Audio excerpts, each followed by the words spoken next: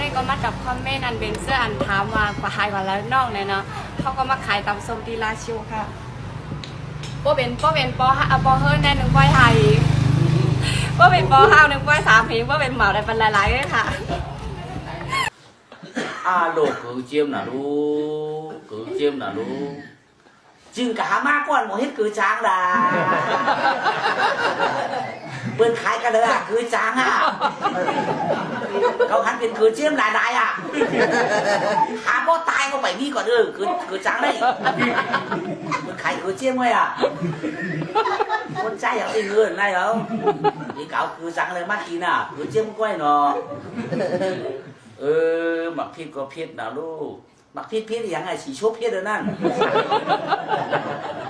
หมักพิษเขาหมักพิษอ่ะเขากินนี่คือพิษอ่ะอย่าชัดดอกฮัลโหลถูกน้องกูถูกทิมตูหมอง3-4คืนกาหมอก้อนเฮ็ดมาแด่กาถึงมาก้อนนี่ก้อนหมอถูกน้องตูแด่ก้อนหมอหมักพิษแด่ก้อนหมอเกิดเจียมแด่หามาแด่ก็นั่นไก่ต้มกินมาๆจังนั่นนะอันนี้ป้องลงในออนไลน์จังนั่นน่ะฮัลโหลเอ้ยกินมาเตียวขาวแต่ทุกข้าน่ะอยู่เมืองเปิ้นก็มีเงินในบล็อกก็ว่าแต่ใจมันมีเงินหรอมันข้านเฮ็ดพักสู้เขาว่าผู้หญิงแอบชอบผู้ชายแฮกว่าละทักผู้ชายอันตั้งในจังมันผิดค่ะ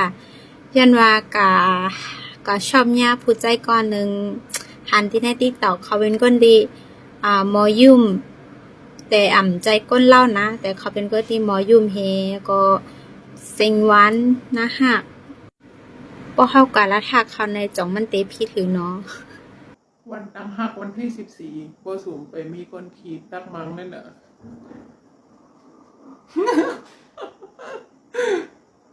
con trai này còn nó bữa cắn quan đề bữa họ tiền họ gảy nhà họ in này có cần toขึ้นแหละก็มันต้องกันไล่เนี่ยว่าเขานะเพื่อกังคำมาได้เลยอะโดยยกตีนเขาได้บอกพัดก็โหบ่ป่นโหพัดเนอโหหวางบ่ป่นก็โหขึ้นกันเนี่ยเพราะว่าเดี๋ยวอะไรกันต่อฮะอันเป็นสังซื้อเฮ้ยว่าเนี่ยว่าอะโดยมันเหมือนกันสิตั้งกังว่าตั้งกังขึ้นมันเหมือนกันเต็มโหพี่ไอเป็นไต้ค่ะเป็นร้อยท่านน่ะถ้าเป็นรอยกินข้าวแน่ว่าคือค่ะโฮมป้ม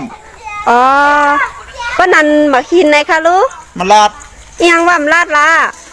มาลาดชีเขาใครหูว่ำลาดนะมาลาดโดย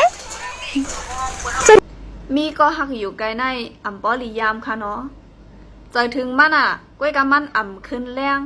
เปิ้นว่าน้ำสาก็ยังจังมีมงแมงก้นก็อันเฮาหักเฮาแป้งก็จังหลักแป้งไผ่หลังเฮาไล่นี่ว่าเนาะแม่นมือเขาขึ้นแรงเขาก็แลบเดมีก็หักก็แป้งอยู่หิมจำเทียงก็เป็นไรค่ะเนาะน้ำตีไก่ยาไล่ข้อแห้งก้วยกลางแทงตั้งใส่ถึงเนี่ยใส่ถึงดีนะเนาะใส่ถึงปีแจ้ว่ามีก็หักอยู่ดีไก่เนี่ยไผ่เหมือนเฮาพองไม่ซุ้งค่าก็ในขาเหมือนในเขาเด็ดมาลาดเลยเริ่มกุยเนี่ยค่ะเนาะก่อนกูพ่อเขายามหันค่ากุยเนี่ยนะตัวดันของนี่แหละสูมันเศร้าเก่าอยากเอามือว่าไม่เลี้ยงเขาบอกว่าขายมันก็พูดมันก็ซื้อหน่อยอยากก็ไม่เนี่ยกุย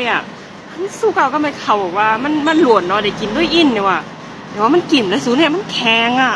แข็งครบเนี่ยเหมือนเสือโคว่ามันจับเขียวมันขาดเนาะเนี่ยที่พยายามพันว่าโหตัวแปะแล้วว่ะ